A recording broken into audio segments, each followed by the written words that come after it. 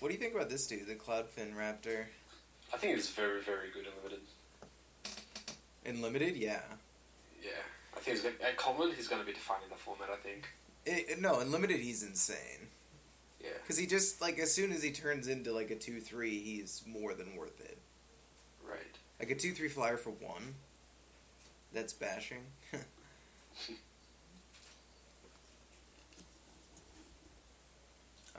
Yeah, I agree with that.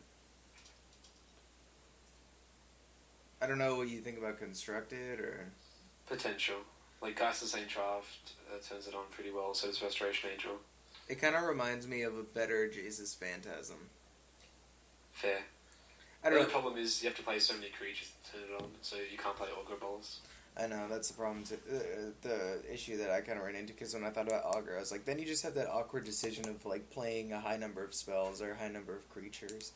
But at least with the Cloudfin Raptor, you can play things like Selesnya Charm that are also creatures. Right. Selesnya Charm would, in this card, would love each other. They're bad in multiples, though.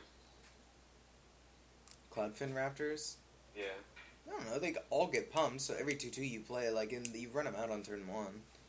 Right, like, the only time I think the multiple's actually good is on turn 2. It's a bad like, top deck. Unless you have, yeah. like, swords in the deck, but swords are not legal. Nope. But if you have sword-type effects, like, Rancor! Sure, increasing savagery, maybe, flashback, late game. Maybe. I think it's just probably only going to stay in limited. I wish it was Constructor playable, but it probably isn't. It's a cool card. I don't really care about Enter the Infinite. Gridlock, I don't really care about. I don't think Gridlock is terrible. It's just a plus the squall. The Gridlock? Yeah. Yeah. Well, I mean, it taps, like, artifacts and stuff, but, so I think if there's something relevant, it's not that big of a deal. Well, because there's just the better version of that in Modern. The, like, blue one with Replicate or whatever. Right, but that means you have to be heavy blue. This is just another option, right? Yeah, if you were just splashing blue and you had the mana to cast it. It's just a limited card, I think. It's not awful.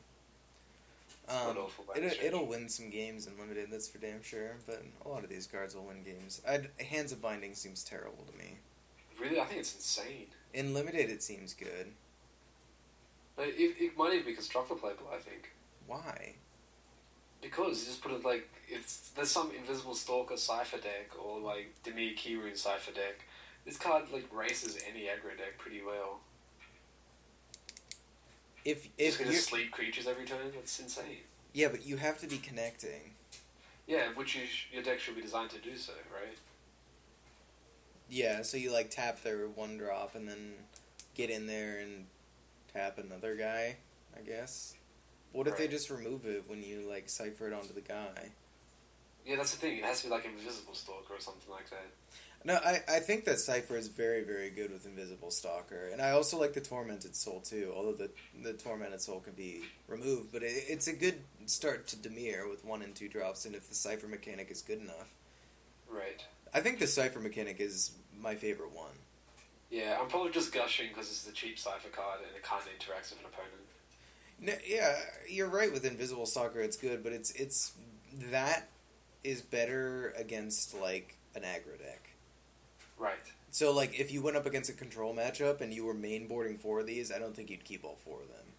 Definitely not. It'd be like Feeling of Dread, right? It's like kind of a Cypher-esque version of that card. It's good against Thragtusk. Yes, it locks down a Thragtusk pretty well. And I think they're doing a good job of printing 2 drops that didn't answer Thragtusk because they don't want Thragtusk to be as powerful. Right.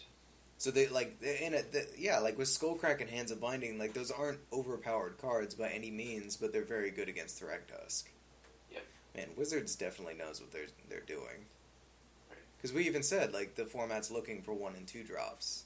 Yeah, we've got on the top hand. Just give us something like to do in the early game.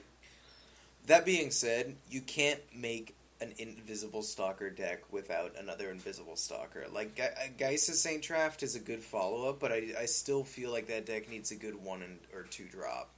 I think Dimir Kirun is probably it. It's just Creeping Tar Pit. Yeah, that card's good too.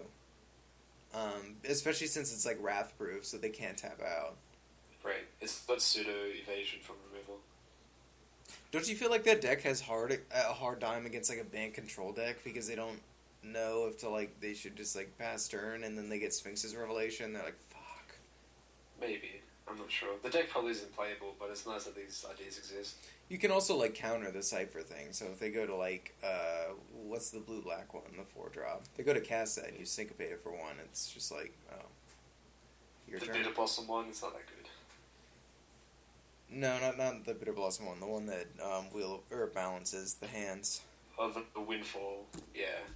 Yeah, no, I think that card or Windfall. Yeah, I guess that's a better way of putting it. The card's fine, especially if you're playing against a Sphinx Revelation opponent.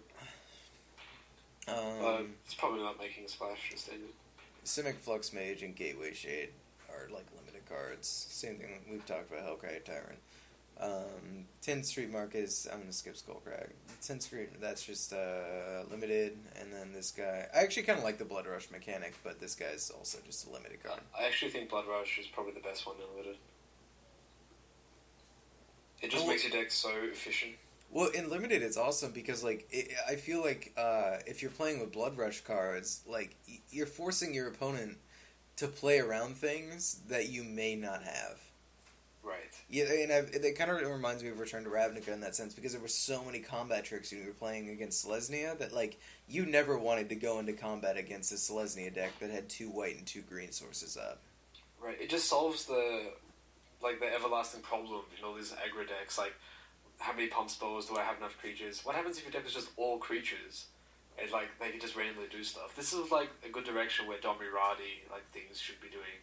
It's just kind of disappointing that they all target attacking creature.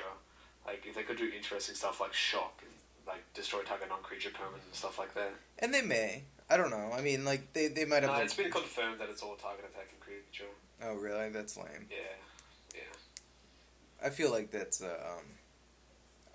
like.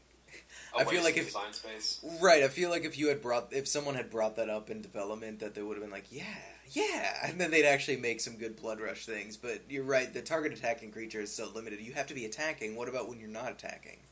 Right, but I think that they're supposed to be designed just to be turning sideways every turn. Right, but that's such a boring mechanic, and I feel like that's what keeps red decks not as good as blue decks. Right, I think the mechanic itself is definitely very boring, but I think it's just so powerful and efficient. It just makes the deck much more consistent. But don't you feel that like if your opponent, and let's say you're talking about any format, if your opponent goes turn 1 island, that's the scariest basic land to play in Magic, right? Probably, yeah. Because like Mountain's probably scary as well. Yeah, not prepared for the aggro deck. Yeah, I mean, but there's so many forms of aggro that don't begin with mountain, you know. Right. But like a blue deck could even interact with like you know it's going to be a grind though. It's like the least fun match to play. Yeah, I personally am scared every time someone goes turn 1 mountain. I'm just like, ugh, I'm not going to have fun this game. I know, but you and I always play the control decks. Like, I feel like when I'm, as a control player, I would rather play against somebody who plays turn 1 mountain. I mean, yeah, I'm like, okay, here it goes, I just gotta stay alive. But, like, I would rather play that matchup than any other matchup just because we're control players. That's how we play. And I also feel that, like, control is generally dominant in Magic in general. Right. Because blue is better than red. King, essentially. Yeah, but as a color, blue is better than red overall. Like, look at old color formats. Blue is just better in general. Yeah, like you look at vintage, they have like Ancestral Recall and Time Walk, and then like red got Lightning Bolt, which is like they've reprinted Lightning Bolt like back in like M10 and M11 or whatever, but